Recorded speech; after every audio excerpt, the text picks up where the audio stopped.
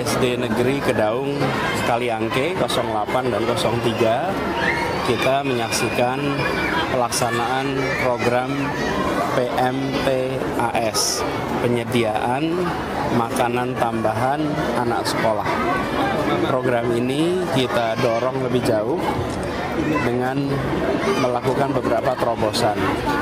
Pertama, variasi makanannya. Kalau dulu hanya 2, sekarang ada 29 jenis makanan yang disiapkan. Kemudian tahun ini penerimanya ada 459 sekolah, menjangkau 144.722 peserta didik, yaitu di SD, TK Negeri, TPA Negeri, dan SLB. Variasi makanan yang kita siapkan mempertimbangkan faktor gizi, faktor selera, dan juga kearifan lokal. 29 menu ini disiapkan oleh Dinas Kesehatan sehingga benar-benar memenuhi kriteria makanan sehat. Dan kita berharap lewat program ini yang sekarang menjangkau 52 kelurahan, insya Allah nantinya akan kita perbesar sehingga bisa menjangkau semua wilayah, khususnya yang masih memiliki perkampungan-perkampungan yang masuk klasifikasi masyarakat miskin. Pemilihan 52 lokasi ini juga dengan mempertimbangkan faktor sosial ekonomi, yaitu tempat-tempat di mana di sana ditemukan dari data jumlah masyarakat yang secara ekonomi rendah, maka sekolah-sekolahnya kita jadikan sebagai sasaran awal. Anggarannya berapa, Pak? 324 miliar, Pak. 324 miliar yang kita anggarkan untuk ini. Intinya kita ingin agar anak-anak dari usia dini mendapatkan asupan makanan sehat, gizi yang baik, sehingga perkembangan jasmaninya adalah perkembangan jasmani yang sehat. Lalu lingkungan keluarga, lingkungan sekolah menumbuhkan pertumbuhan rohani yang lebih baik, kemampuan intelektual yang baik. Juga harapannya nantinya ya intelektualnya, ya rohaninya, ya jasmaninya semua tumbuh dengan baik. Kita ingin anak-anak di ibu kota bisa seperti itu. Data menunjukkan bahwa banyak sekali anak-anak dari keluarga, khususnya keluarga yang secara sosial ekonomi itu rendah, berangkat ke sekolah tanpa ada sarapan. Angkanya bervariasi, tapi cukup tinggi. Bahkan di studi di beberapa tahun yang lalu sempat angka lebih dari 30% anak itu berangkat ke sekolah tanpa ada sarapan. Nah, kita ingin anak-anak di Jakarta dengan ada program ini, mereka akan mendapatkan sarapan yang sehat. Lalu yang unik dari program ini juga, ini bukan dibeli dari pabrik-pabrik. Makanannya dimasak oleh para orang tua. Sehingga orang tua itu ketika memasak, mereka menyadari bahwa ini akan dikonsumsi oleh anaknya sendiri. Dan kalau ada keluhan tentang makanan, cepat keluhannya itu langsung disampaikan kepada orang tua yang memasak. Kalau dahulu kita mendapatkan masak makanan pesan dari pabrikan. Kalau ada keluhan lama, kalau sekarang cepat. Dan ini tidak kalah penting, makanan itu dibuat dengan kesadaran ini untuk anak saya sendiri. Ini bukan untuk orang lain. Inilah contoh swakelola tipe 4 nih. Ini yang kita dari kemarin sampaikan. Dengan begitu, masyarakat mengelola sendiri. Tentu ada pengawasnya dari komite sekolah, dari sudin pendidikan. Tetapi anggaran itu dikelola dengan sebaik-baiknya karena tidak bukan itu untuk anak-anaknya sendiri. Alhamdulillah 2 sekolah ini berjalan baik. Mereka menceritakan ibu-ibu mulai masak sejak jam 3 pagi, setengah 4 pagi, dan dikerjakan secara bergantian.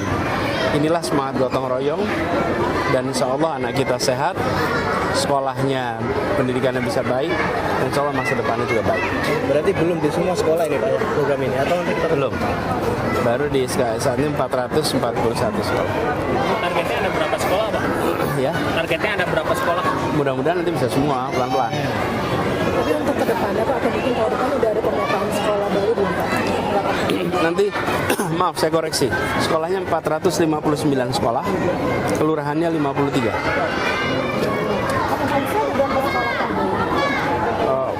Begini, kita sasar sekolah-sekolah yang berada di daerah yang dari data BPS masuk dalam kategori miskin.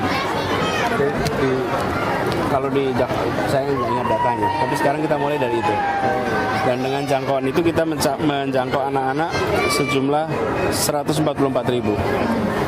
Ini menjadi fase awal ya, sekaligus ini membuat kita punya feedback nanti bagaimana pelaksanaannya, monitoringnya, konsistensinya. Sesudah itu nanti kita perluas. Insya Allah kita ingin menjangkau semua sekolah. Keinginannya adalah setiap anak di Jakarta memiliki gizi yang sehat dan orang tua pun menyadari pentingnya makanan yang sehat. Tadi di belakang sana di dapur masuk sepatu harus copot, kesadaran soal bersih, soal steril itu tinggi sekali.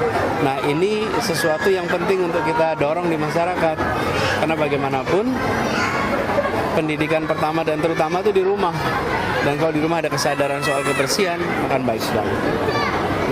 soal penutupan Old City itu kenapa Pak? Penutupan diskotik Old City itu alasannya kenapa ya? Belum tahu, saya cek dulu. Yang waduk banjir Pak kan salah satu strategi kan bikin waduk. Di tahun ini mau bikin di mana lagi Pak? Enggak, dua di utara, di selatan sedang dalam proses penyelesaian. Insya Allah bulan Desember akan selesai. Oh, yang selatan di Kabupaten Bogor. Oh, di Bogor. Kemudian yang sedang dibahas, ini pagi ini sedang dibahas di SDA adalah pengendalian air dari situ dekat Depok ini, situ Babakan dan aliran Sungai Tengah. Dan di situ berpotensi harus dibuatkan sodetan sehingga air dari arah Depok ke Jakarta bisa lebih terkendali debitnya. Naturalisasinya sendiri bagaimana Pak rencananya dilakukan? Baru kemarin dibicarakan juga, nanti kita lihat hasilnya. Titiknya di mana saja Pak untuk yang akan dalam waktu dekat ini Pak? Ada 5 lokasi, tapi nanti kalau udah siap semua baru diumumin. Pak, soal MRT Pak, ini kan mesin pembelian tiket ini kan masih belum bisa digunakan Pak, dan mesin tapnya itu kan juga masih kadang bermasalah. Nah, itu kenapa sih? Tanya Pak Dirut aja lah kalau gitu sih. Tapi itu kan kayak soalnya nggak siap. Tanya Pak Dirut aja. Pak, TJ berhenti, TJ yang terintegrasi MRT berhenti gara-gara ada demo angkot itu Pak, gimana Pak? Ya nanti selesaikan baik-baik. Kalau yang parkirnya kan di kejauhan itu Masuk bulan April Pak, targetnya kemarin kan dilaksanakan semuanya kan Pak. Terus sanksinya untuk yang bulan April belum melaksanakan seperti apa? Nanti akan berdampak pada SLF ini. Untuk yang isu jual beli jabatan bagaimana Pak? Pak, untuk isu jual beli jabatan Metro kan sabar. siap. Ya gimana Pak tadi yang apartemen Pak? Nah, yang pergub. Gini, yang apartemen itu kita memiliki instrumen untuk memberikan sanksi. Ada SLF, ada perizinan-perizinan yang kalau mereka tidak melaksanakan dari Pergub 132, maka itu nanti akan digunakan untuk menegakkan aturan. Tapi soal yang balik-balik kayak makin soal yang masih tiket penggunaan kartu bank itu Mei sudah harus siap ya Pak ya? Maksudnya Ya, tanya semua teknis itu, tanya semua itu aja lah, dulu aja. Tapi nggak boleh bermasalah lagi Pak, nanti kasusnya gitu. Yang parkir kejauhan Pak katanya Pak. Jelang Parkirnya. Iya Pak, Park and Ride Kesiapan Jakarta jelang Kenapa? kesiapan Jakarta jelang pemilu. Ya kita semua merasakan suasana Jakarta juga tenang, damai, baik-baik saja. Insya Allah juga akan begitu terus. Jadi kita Kita yakin bangsa Indonesia matang, dewasa, sudah mengalami pemilu, pilkada, pilpres berkali-kali. Karena itu insya Allah saya yakin kali ini pun akan lancar dan damai. Pak, DPRD bilang Wagub nanti setelah pilpres, Pak. Menurut Bapak itu nggak kelamaan, Pak? Bapak Pilpres kapan ya? 17 April. Berapa hari lagi? 2 mingguan lagi. Nggak, menurut Bapak nggak kelamaan, Pak? Kan bukan butuh pendamping, Pak. Anda cuma butuh saya kan titik 2 kelamaan gitu kan. Janganlah gitu. Pak, ini satu Pak tentang pernyataan KSN Pak, Ibu ada jual beli jabatan di Pemprov DKI itu bagaimana? Oh, cukup dijawab sama kepala BKD itu sih, ya. Jaraknya 700 meter. Kan jaraknya Raja Bangkulis dengan MRT itu Oh, kan nanti akan disiapin TJ yang satu. Bahkan, oh ya siap. Kasihan kameramen itu. Bahkan gini, itulah teman-teman semuanya. Kenapa saya menggarisbawahi pentingnya faktor integrasi. First mile, last mile. Jadi jangan hanya memikirkan modanya saja. Nah, itu semua baru dikerjakan kan sekarang. Jadi ketika kita membangun harus ingat orang itu penggunaan kendaraan umum itu kalau ada angkutan dari untuk first mile sama last mile, yang kedua terintegrasi. Nah, sekarang kita sudah mulai ini untuk menyiapkan tempat park and ride di beberapa lokasi. Nah, dan di sana nanti kita siapkan bis yang berputar secara reguler sehingga nantinya pengguna MRT bisa leluasa untuk parkir dengan harga yang terjangkau, kemudian menggunakan kendaraan atau pakai MRT-nya ke titik-titik pusat. Berarti Itu mulai kapan ya Pak beroperasi? Tanya TJ aja. Tapi itu gratis ya Pak? Ada kayak Yang Ragu, Pak, ada di Ragunan pohon tumbang sampai warga jatuh, warga wafat gimana itu, Pak?